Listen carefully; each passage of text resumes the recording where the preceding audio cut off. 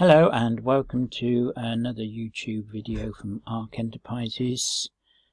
My name's Sam Emmett, sometimes called the Lazy Lecturer, and this is the first in our Homework Helper series where we're going to try to make learning fun, and we're going to use this as the Power Games to help with this. So,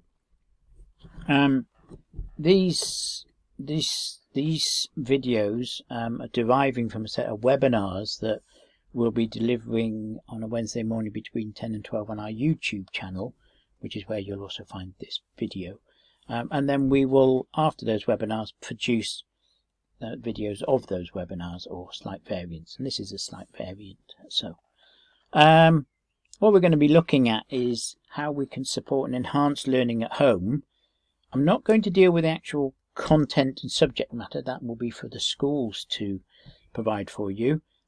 Instead, I'm going to look at how we can support school learning with some different approaches and activities, and especially trying to focus on some non-tech and low-tech approaches, because not everybody has got all of the digital literacy and all of the fantastic equipment in the world.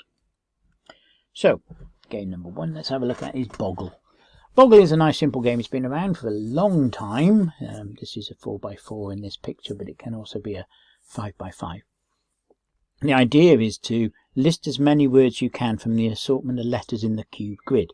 You shake the dice, the grid, put it down, take the top off, and have a timer. The game comes with an egg timer, or you can set a timer however long you want using a watch or some other timer in the house. It's currently made by Hasbro, sells for around about £9. It used to be made by Parker Brothers. It's been around for a long time. So here we go. We got some letters lying around on the here. So I'm trying to look for words. So I've got P-E-T, pet. I've got L-A-T-E, late. But I've also got L-A-T-E-R, later. And the idea is to try to make as many words as possible. The one with the most words is going to score more points. It's nice, easy, and it helps people with making words. It's fun at all ages. If you've got people of different abilities, then you might say that some players who are higher literacy skills may not be allowed to say 3-letter words, so they can only score on 4-letter words and 5-letter words. It might help level it up a bit. Okay, true or false? You basically construct a list of statements and then challenge others to decide if the statement is true or false. It's going to be a fun way to revise learning set by schools. It can also be quite a fun way for parents to interact, where children create a whole load of questions based on what they've learned, and the adult has to see if you get them right or wrong. So, which can be quite a fun way of learning. It's interesting though that when say the student or the learner is constructing the question, it means that they're looking at, researching, finding out. So although they only end up with a simple true or false question, it's the thinking of the question and the finding the information which is really valuable learning. So some examples, he says when he clicks the clicker. So the Battle of Hastings took place in 1066. True or false? True. The Battle of Waterloo took place in 1215. False. It took place in 1815 or something. Canberra is the capital of Australia. True. Wrexham is the capital of Wales. False. Nice, simple, and you see that can be adapted to any kind of subject and can be quite fun, quite quick to put together and play. Right, times table challenge. A lot of schools like something called shootout, where the children are put into lines and teacher gives them a number to multiply, like 2 times 7, and the first person who gets it right goes bang, shouts out the answer, the other person's out of the game. This is one that you can play at home. You can make it as confrontational or as interactive as you want. You basically, the easy way of doing it is to use a pack of playing cards, remove the jokers, kings, queens and jacks to leave you with just the numbers 1 to 10, and then turn over the top 2 cards. Each player tries to multiply the numbers, and the first correct answer wins a point. Or you could, write them down and compare points afterwards.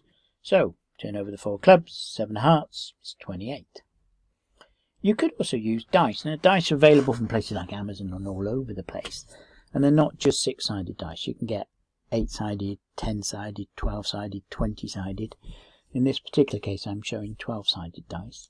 The number of sides will tell you the number it counts up to. So 12-sided dice go from 1 to 12.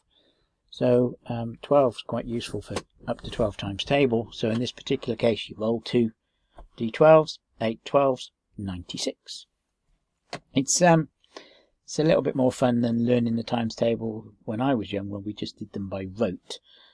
Trouble is I now still go through that, so I'm going like 1 8 is 8, 2 8 is 16, 3 8, rather than straight to 8 12 is 96. Easy now, I've got the answer. Right. Oh, be careful, because you'll be surprised sometimes how good kids are at this game and how bad adults are at it. Right, 10 clues. Construct a set of clue cards. Each card will need an answer and 10 clues. To play, each player takes a card and asks the other player to guess the answer. Points are awarded as follows. You get the correct guess on clue 1 is 10 points, on clue 2 9 points, clue 3 8 points, and so on. You could also try with a few 5 guesses. Cards will be easier to construct that way.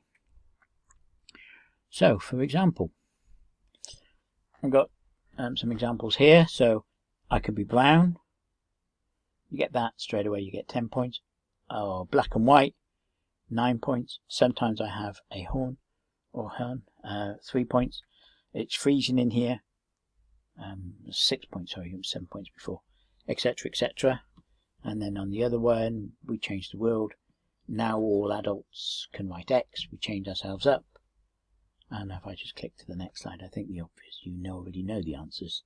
So the first one was a cow. The second one was the suffragettes. That once again, this is one that you don't have to create. Sometimes having the learner create these and then you having to play them are quite fun. They can be quite challenging. And 2 different people learning 2 different things can then create cards for their things, and then you start learning a bit about somebody else.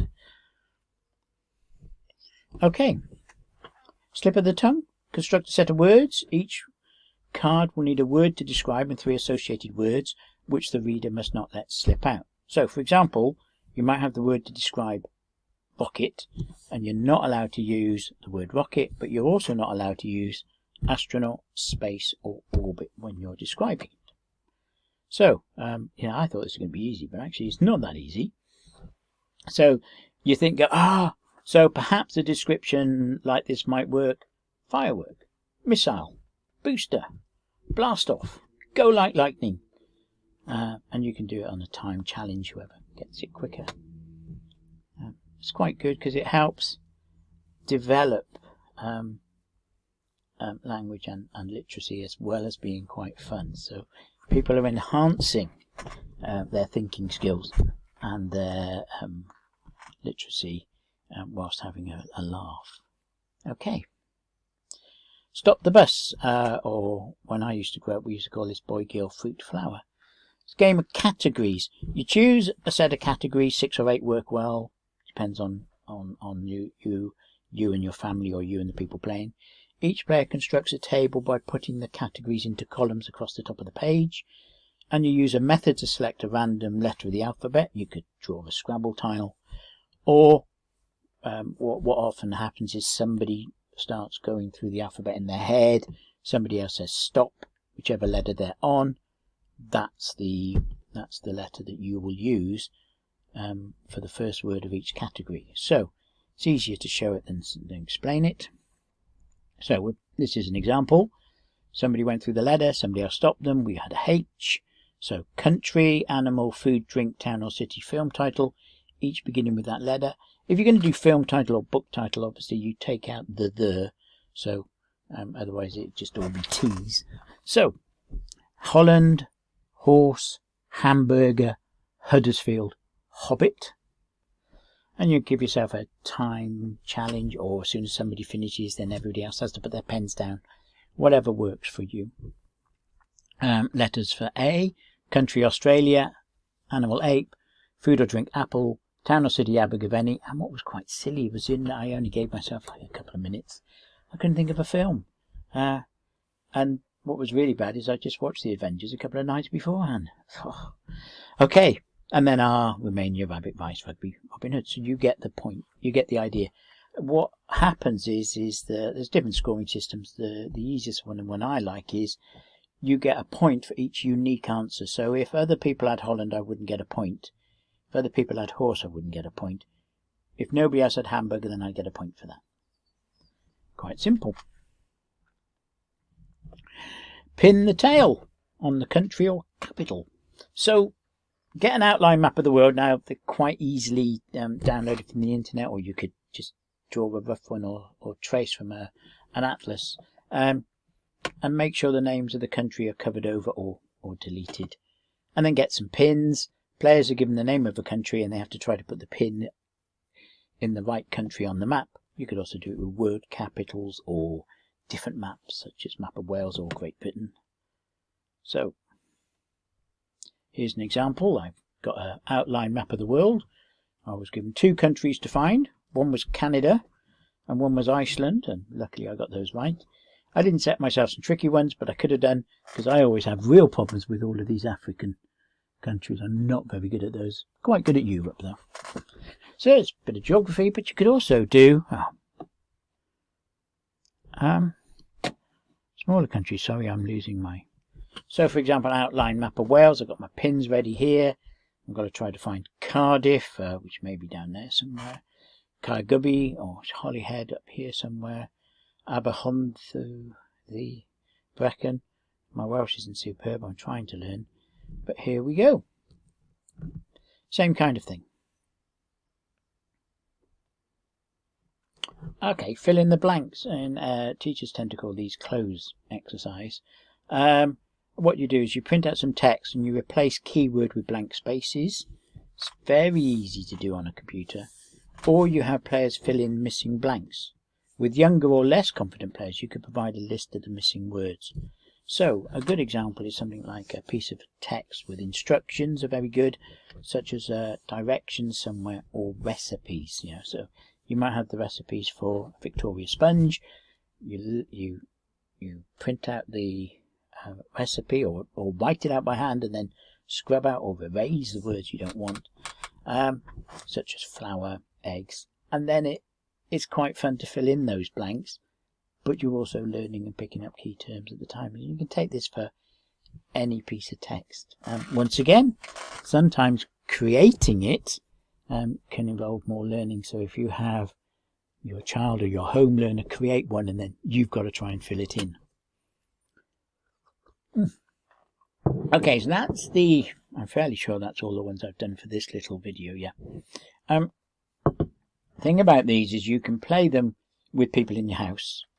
Sometimes we're not in isolation. You can play them with different age ranges. And all of these things you don't necessarily need advanced tech to do. Pen and paper, pack of cards.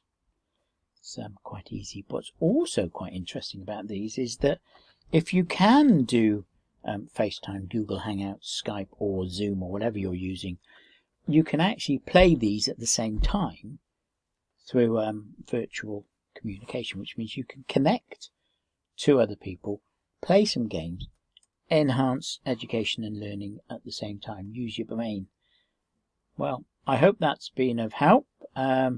If you do like it, please put a like down. It helps me to see that I'm not totally sad and lonely.